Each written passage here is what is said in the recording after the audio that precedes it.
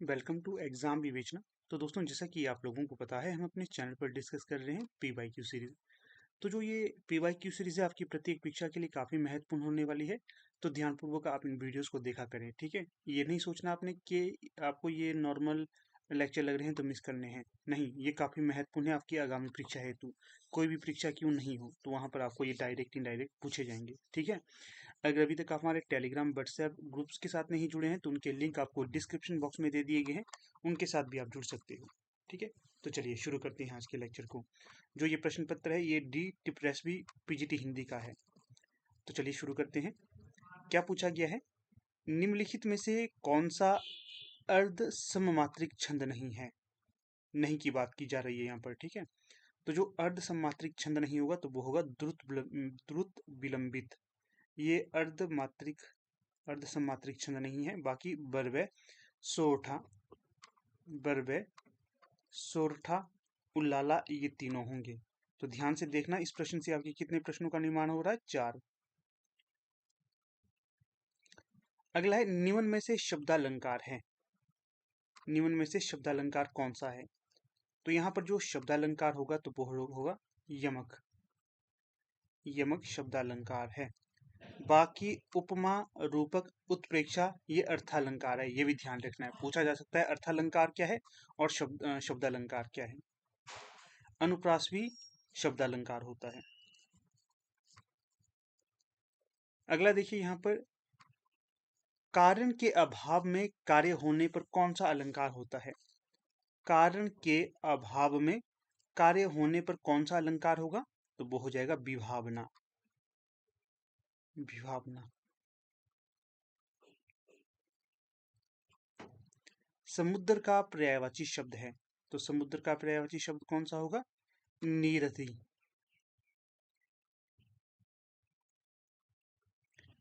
उदयम का विलोम होगा। उदयम का विलोम कौन सा होगा दिए गए विकल्पों में से? आलस्य, ये इसका विलोम है।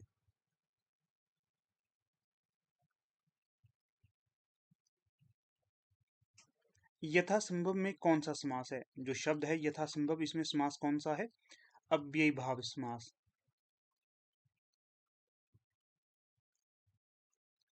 सज्जन का संधि विच्छेद होगा। सज्जन का संधि विच्छेद, तो ये होगा सतधन जन। सतधन जन। अगला है, बागिश का संधि विच्छेद होगा। तो बागिश का संधि विच्छेद क्या है? संधि विच्छेद भी आपको आने चाहिए, क्योंकि पूछे जाते हैं ये। वाक धन ईश। अगला देखिए, जिस वस्तु या व्यक्ति के द्वारा भाव जगाए जाते हैं उसे क्या कहते हैं? जिस वस्तु या व्यक्ति के द्वारा भाव जगाए जाते हैं उसे क्या कहा जाता है? आलंबन। रस के अंतर्गत है ये आलंबन, उद्दीपन, संचारी भाव, ये इसी के अंतर्गत आते हैं। उपेंद्र ब्रजा छंद के एक चरण में कितने वर्ण होते हैं? छंद है उपेंद्र बजरा, बजरा।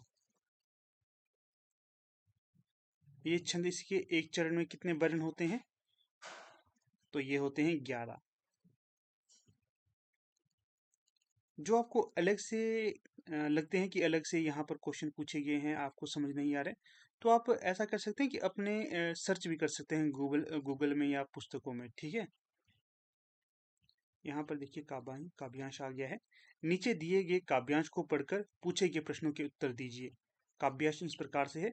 स्नेह निर्झर बह गया, रेत ज्यों तन रह गया, आम की यह डाल जो सूखी दिखी, कह रही है अब यहाँ पीक या शीखी नहीं आते। पंक्ति में बहूं लिखी, जिसका लिखी नहीं जिसका अर्थ, जीवन दह गया, दिए हैं मैंने जगत को फूल फल, किया है अपनी प्रतिभा से चकित चल, पर अनश्वर था सफल पलवित पल, ठाठ जीवन का वही जो डह गया, अब नहीं आती पुलिन पर प्रियतमा, श्याम तृण पर बैठने को, निरुपमा बह रही है हृदय पर केवल अमा, मैं अलक्षित हूँ यही कवि कह गया। तो जो ये बड़ी सुंदर कविता लग रही है मुझे, तो इसके यहाँ पर अब उत्तर बताने हैं। काव्यांश में आए पीक का क्या अर्थ है? तो पीक होती है कोयल। अगला है सकल का अर्थ। सकल का क्या अर्थ निकलता है काव्यांश के अनुसार? पूरा।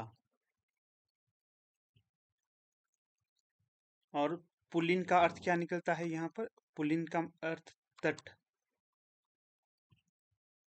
स्नेह निर्झर, जो ये यहाँ पर दो शब्द हैं, इनमें कौन सा अलंकार होगा? स्नेह निर्झर, तो यहाँ पर जो अलंकार होगा रूपक अलंकार।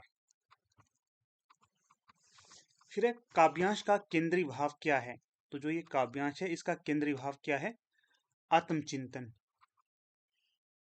जो काव्यांश हमने ऊपर पढ़ा इसका केंद्रीय भाव है आत्मचिंतन।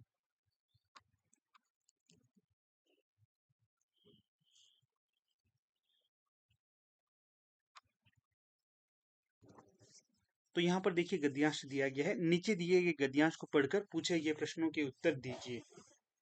गद्यांश इस प्रकार से है, प्रेम और श्रद्धा में अंतर यह है कि प्रेम स्वाधीन कार्यों पर उतना निर्भर नहीं, कभी कभी किसी का रूप मात्र जिसमें उसका कुछ भी हाथ नहीं, उसके प्रति प्रेम उत्पन्न होने का कारण होता है। पर श्रद्धा ऐसी नहीं है, किसी की सुंदर आंख या नाक देखकर उसके प्रति श्रद्धा नहीं उत्पन्न होगी। ये जो पंक्ति है यहाँ से यहाँ तक काफी महत्वपूर्ण है।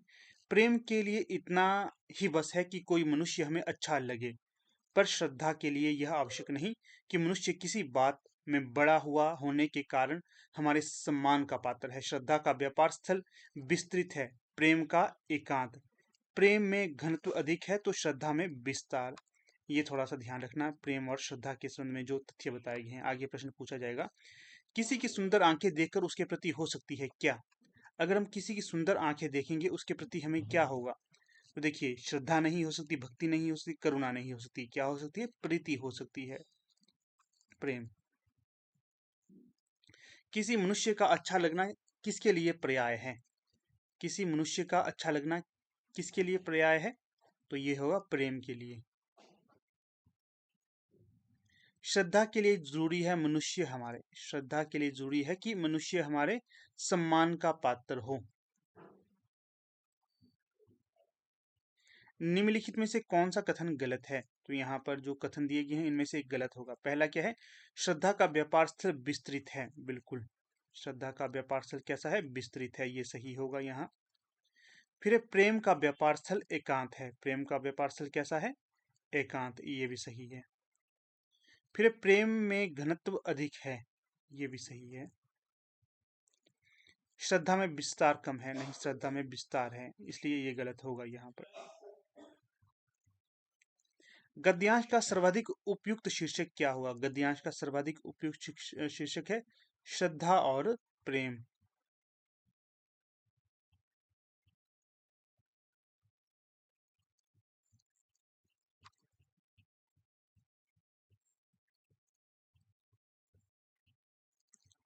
अगला देखिए यहाँ पर क्या दिया गया है, नीचे दिए गए काव्यांश को पढ़कर पूछे गए प्रश्नों के उत्तर दीजिए। काव्यांश इस प्रकार से है, श्वानों को मिलते दूध वस्त्र भूखे बालक अकुलाते हैं, माँ की हड्डी से चिपक ठिठुर जाड़ों की रात बिताते हैं, युवती के लज्जा बसन बेच जब ब्याज चुकाए जाते हैं, मालिक जब तेल फुलेलों पर पानी सा द्रव्य बहाते हैं, पापी महलों का अहंकार देता मुझको तब आमंत्रण, झन झन झन झन झन झन झनन झन झन। तो जो ये काव्यांश है ये किसका होगा? दिनकर जी का, ध्यान रखना है। श्वानों का क्या आशय है यहाँ पर? तो श्वानों का आशय है कुत्तों से, संस्कृत में कुत्ते को श्वान ही कहा जाता है। बालकों के अकुलाने का कारण क्या है? बालकों का अकुलाने का कारण है भूख, उन्हें भूख लगी है इसलिए ये सब हो रही स्थिति। बसन का क्या अर्थ है? बसन का अर्थ होता है कपड़े, वस्त्र। लज्जा बसन में कौन सा अलंकार होगा? लज्जा बसन, तो यहाँ पर कौन सा अलंकार है? रूपक अलंकार। काव्यांश में किसके प्रति घृणा का भाव है? धनिकों के प्रति, अमीरों के प्रति।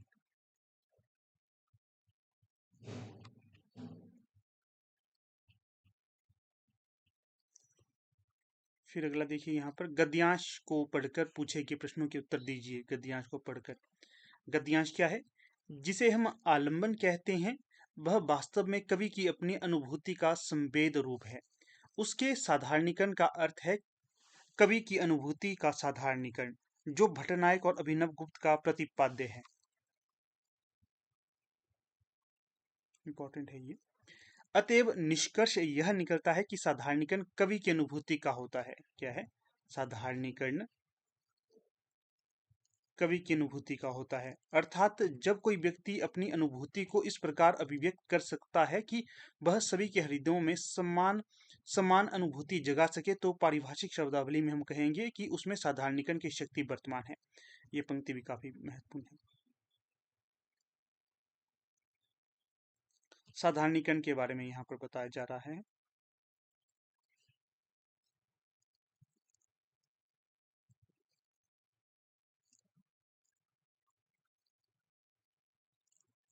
फिर अनुभूति सभी में होती है, सभी व्यक्ति उसे यत्किंचित व्यक्त भी कर लेते हैं, परंतु साधारणीकरण करने की शक्ति सब में नहीं होती।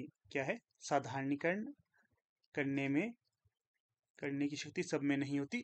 इसलिए तो अनुभूति और अभिव्यक्ति के होते हुए भी सब कवि नहीं होते। कवि वह होता है जो अपनी अनुभूति का साधारणीकरण कर सके। दूसरे शब्दों में जिसे लोक हृदय की पहचान हो, वही कवि है। तो ये पंक्तियां काफी महत्वपूर्ण होंगी जो मैंने अंडरलाइन की है। सिर्फ इसी परीक्षा तक नहीं, आगे कोई भी परीक्षा होगी वहां पर काफी महत्वपूर्ण होगा ये। फिर क्या पूछा गया है? जिसे हम आलंबन कहते हैं, वह किसकी अनुभूति का संवेद्य रूप है? तो वो है कवि की। उसके साधारणीकरण का अर्थ है में प्रयुक्त उसके का आशय है। उसके साधारणीकरण का अर्थ है उसके का आशय क्या है? यहाँ आलंबन से तात्पर्य है यहाँ पर उसके लिए। फिर गद्यांश में प्रतिपाद्य के संदर्भ में किस आचार्य का उल्लेख है? तो यहाँ पर भट्टनायक का उल्लेख है।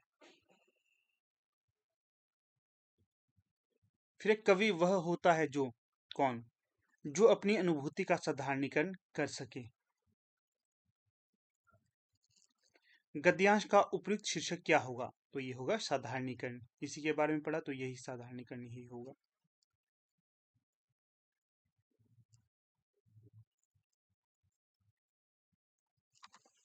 आगे देखिए, आगे क्या है? हरि गीतिका छंद के एक चरण में कितनी मात्राएं होती हैं? हरि गीतिका छंद है जो, इसके एक चरण में कितनी मात्राएं होंगी? तो एक चरण में होंगी 28 मात्राएं। जिससे उपमा दी जाती है उसे क्या कहते हैं? जिससे उपमा दी जाती है उसे क्या कहते हैं? उपमान। जिसकी उपमा दी जाती है उसे क्या कहते हैं? उपमेय।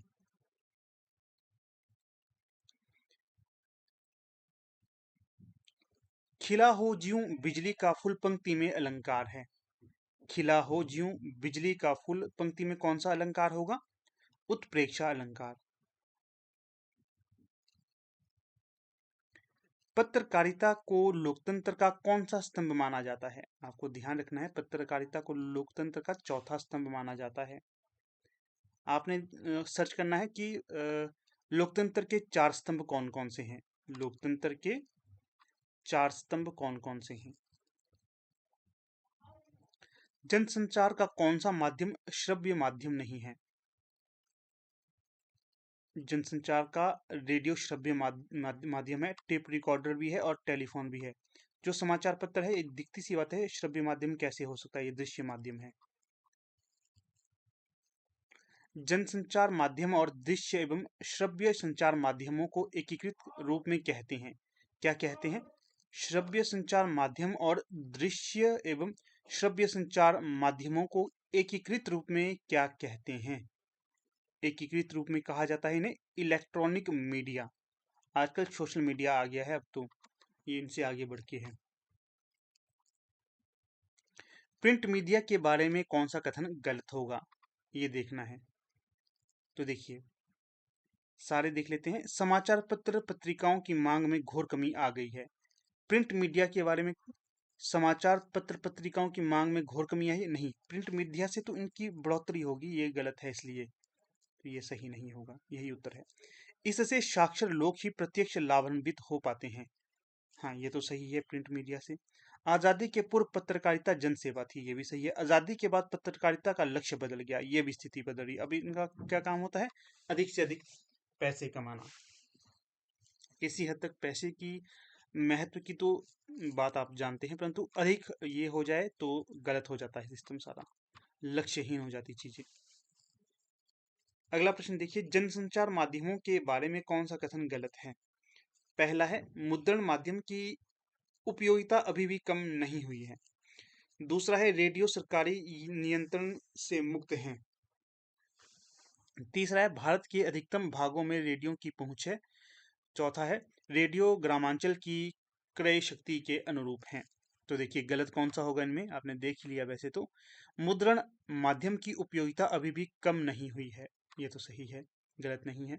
रेडियो सरकारी नियंत्रण से मुक्त है, नहीं नियंत्रण तो है, ये आपको जानना ही है, जानते होंगे। भारत के अधिकतम भागों में रेडियो की पहुंच है, हाँ। पहले तो रेडियो की पहुंच थी, अब तो मोबाइल की पहुंच हो गई है। अगर ऐसा मोबाइल आ जाए ना जब लिखा हो तो ठीक हो जाएगा वो। रेडियो ग्रामांचल की क्रय शक्ति के अनुरूप है, हाँ। मोबाइल भी हो गए अब तो। समय बदल रहा है, धीरे धीरे चीजें बदल रही है, ठीक है। दूरदर्शन के संदर्भ में कौन सा कथन गलत है? दूरदर्शन के संदर्भ में कौन सा कथन गलत है, देख लेते हैं। यह दृश्य श्रव्य माध्यम है, हाँ। दूरदर्शन अब दृश्य और श्रव्य माध्यम में भी आता है, ये सही है। यह समाचारों का चित्रात्मक प्रस्तुतिकरण करता है, ये भी सही है। यह कम प्रभावशाली और जनसंचार माध्यम है, ये कम प्रभावशाली जनसंचार माध्यम है, नहीं, काफी प्रभावशाली है ये। कम यहाँ से हटा दो, यह प्रभावशाली जनसंचार माध्यम है, तो ये सही होगा अगर ऐसा होगा तो।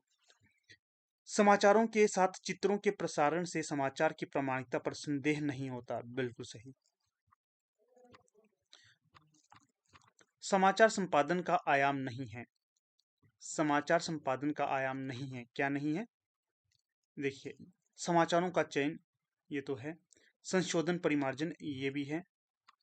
सुरुचिपूर्ण प्रस्तुतिकरण, ये भी है। घटना की जांच पर दोषियों को दंड देना, ये नहीं है।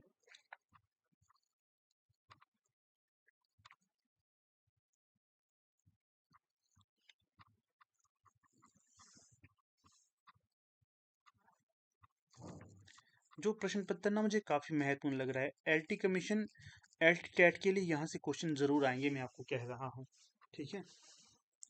देखिए क्या है, न्यूज डेस्क का प्रभारी कौन होता है? जो न्यूज डेस्क है इसका प्रभारी कौन होता है? तो ये होता है समाचार संपादक। किसी पत्र या पत्रिका के पृष्ठों के कागज पर तैयार किए गए कच्चे प्रारूप को क्या कहते हैं? कच्चे प्रारूप को क्या कहते हैं? तो ये कहते हैं डमी। डमी तो आप समझते ही होंगे। समाचार पत्र के प्रथम पृष्ठ के सर्वाधिक महत्वपूर्ण समाचार को क्या कहते हैं? समाचार पत्र के प्रथम पृष्ठ के सर्वाधिक महत्वपूर्ण समाचार को क्या कहते हैं? लीड।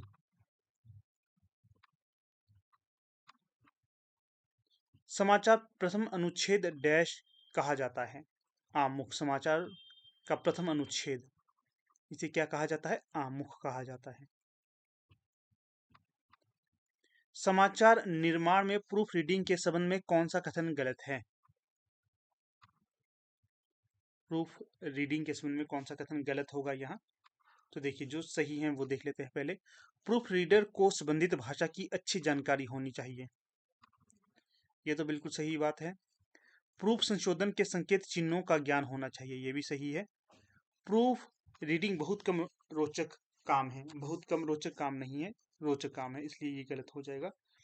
प्रेस एक्ट का ज्ञान होना चाहिए, बिल्कुल सही। जिस क्षेत्र में जा रहे हैं उसका ज्ञान तो आवश्यक होता ही है। फिर है, प्रूफ संशोधन में चिन्ह डैश का आशय है, क्या है ये? तो ये होगा स्पेस डालें इसका। अगला है, रेडियो पत्रकारिता के संदर्भ में कौन सा कथन सही नहीं है? देख लेते कथनों को। रेडियो समाचार प्रस्तुतिकरण में मुद्रित माध्यम से अलग हैं, ये सही है। रेडियो समाचार सूचनात्मक होते हैं, ये भी सही है। रेडियो समाचार की समय अवधि असीमित होती है, नहीं सीमित होती है, इसलिए ये गलत हो जाएगा।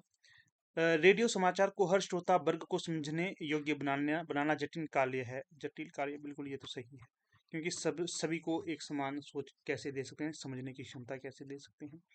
अगला कोशिश तो की जाती है। रेडियो उद्घोषणा में क्या शामिल नहीं है? क्या शामिल नहीं है? देखिए, कार्यक्रम प्रसारित करने वाले केंद्र का नाम ये शामिल होता है। कार्यक्रम प्रसारित होने का समय ये भी शामिल होता है। प्रसारित होने वाले कार्यक्रम का नामोल्लेख ये भी होता है। कार्यक्रम की विस्तृत विवरण, कार्यक्रम का विस्तृत विवरण ये शामिल नहीं होता। अगला देखिएगा, अगला क्या है प्रश्न। रेडियो नाटक के संदर्भ में कौन सा कथन गलत है? रेडियो नाटक के संदर्भ में गलत कथन, यथासंभव अधिक पात्र रखना चाहिए। नहीं, जो भी रेडियो नाटक होते हैं उसमें कम से कम पात्र रखने चाहिए, अधिक नहीं, कम पात्र रखने चाहिए, तभी वो रोचक और समझ आ सकता है। पात्रों की पहचान रेडियो में उनकी आवाज से होती है, बिल्कुल सही। पात्र अपनी अपनी जो उपस्थिति किस माध्यम से प्रस्तुत करते हैं? अलग आवाज के द्वारा, ये तो सही होगा। फिर है लंबे वाक्यों के प्रयोग से बचना चाहिए। बिल्कुल, लंबे वाक्य रेडियो में समझ नहीं आते हैं, क्योंकि दिख नहीं रहा है, सिर्फ सुन रहे हैं, तो इससे बचना चाहिए। भ्रांति हो जाती है लंबे वाक्यों को समझने में। रेडियो नाटक में वाद्य संगीत का प्रयोग होना चाहिए। हाँ जी, तभी ये रुचिकर लगता है। अगला देखिए, फीचर लेखन के संबंध में कौन सा कथन गलत है? फीचर लेखन के संबंध में कौन सा कथन गलत है? तो पहले सारे कथन देख लेते हैं हम। इसमें लेखक की हार्दिक और मनोरंजक दृष्टि होती है। इसमें लेखक की हार्दिकता और मनोरंजक दृष्टि होती है, ये सही है। हार्दिकता भी होती है और मनोरंजक दृष्टि भी होती है। फीचर लेखन के विषय का दायरा सीमित होता है। नहीं, असीमित है ये, सीमित नहीं होता है, असीमित, इसलिए ये गलत होगा। फिर है इसमें मानवीय संवेदना को झंकृत करने की शक्ति पैदा की जाती है, ये भी सही है। यह ना तो समाचार लेखन है, ना ही विशुद्ध रचनात्मक लेखन, ये भी सही है। रिपोर्टाज के बारे में कौन सा कथन सही नहीं है? रिपोर्टाज के बारे में कौन सा कथन सही नहीं है? देख लेते हैं सारे कथन। इसमें कहानी के तत्व होते हैं, कहानी के तत्व होते हैं, पर कहानी की कल्पनाशीलता नहीं, कहानी की कल्पनाशीलता नहीं होती, ये तो सही हो जाएगा। फिर इसका आधार आंखों देखी घटना या दृश्य होता है। इसका आधार आंखों देखी घटना या दृश्य होता है, बिल्कुल सही। रिपोर्टाज का आकार सीमित होता है, नहीं, असीमित होता है इसका भी आकार, ठीक है, इसलिए ये गलत होगा। इसमें फोटोग्राफी इसमें फोटोग्राफी के गुण होते हैं, अर्थात शब्दों के जरिए फोटोग्राफी, ये भी सही है। देखिएगा, मैं जोर दे रहा हूँ, काफी महत्वपूर्ण लेक्चर होने वाला है, थोड़ा सा शांति से बैठकर ये नोट करना अपनी कॉपी पे। नहीं तो जो पेड है उनको तो पीडीएफ सेंड कर दूंगा, जो पेड मेंबर नहीं है उनको टेलीग्राम में सेंड कर दूंगा पीडीएफ। दूरदर्शन समाचार की भाषिक विशिष्टता नहीं है। दूरदर्शन समाचार की भाषिक विशिष्टता नहीं है, तो भाषा सरल सहज होनी चाहिए, ये तो विशिष्टता है। लोकप्रिय मुहावरों का प्रयोग किया जाना चाहिए, ये भी विशिष्टता है। समाचार यथासंभव संवाद शैली में लिखे जाएं, ये भी सही है। वाक्य लंबे और क्लिष्ट होने चाहिए। नहीं, वाक्य लंबे और क्लिष्ट नहीं होने चाहिए, क्योंकि समझने में दिक्कत आ जाती है। दूरदर्शन के लिए लिखे जाने वाले स्क्रीन प्ले को हिंदी में कहते हैं, तो इसे कहा जाता है पटकथा लेखन। फिर है वृत्त चित्र, जिन्हें डॉक्यूमेंट्री के लिए जाना जाता है, के लिए तैयार किए जाने वाले आलेख किस प्रकार की प्रधानता होती है? इनमें कैसी प्रधानता होती है? डॉक्यूमेंट्री में तथ्य इसमें ज्यादा होते हैं। आपने देखी होगी कोई भी डॉक्यूमेंट्री, तो वहां पर आपको तथ्य फैक्ट ज्यादा देखने के लिए मिलेंगे। डॉक्यूमेंट्री को हिंदी में क्या कहते हैं? वृत्त चित्र। फिर क्या है? वृत्त चित्र या वृत्त चित्र और नाटक के समन्वित रूप को क्या कहते हैं? डॉक्यूम ड्रामा। डॉक्यूम ड्रामा कहते हैं डॉक्यूमेंट्री और नाटक के समन्वित रूप को।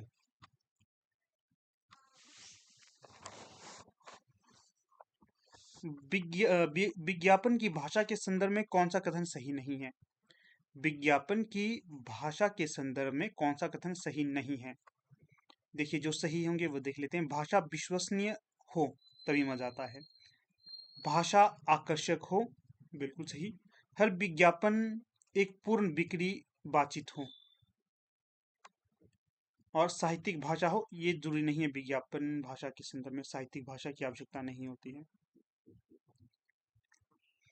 अगला है साक्षात्कार के संबंध में कौन सा कथन सही नहीं है। जो सही है पहले तो वो देख लेते हैं। यह पत्रकारिता की आधुनिक विधा है, साक्षात्कार बिल्कुल। आजकल तो आप पॉडकास्ट भी देख सकते हैं, वही इसी का रूप होगा। इसे प्रेस इंटरव्यू भी कहते हैं, प्रेस इंटरव्यू सही है ये। इससे किसी समाचार को प्रामाणिकता मिलती है, सही है। साक्षात्कार समाचार की जीवंतता में बाधक है, नहीं बाधक कैसे हो सकता है ये, तो इसलिए ये गलत हो जाएगा, बाधक नहीं है ये। साक्षात्कार समाचार की जीवंतता को बनाए रखता है, ये सही होता अगर ऐसा लिखा होता इन्होंने।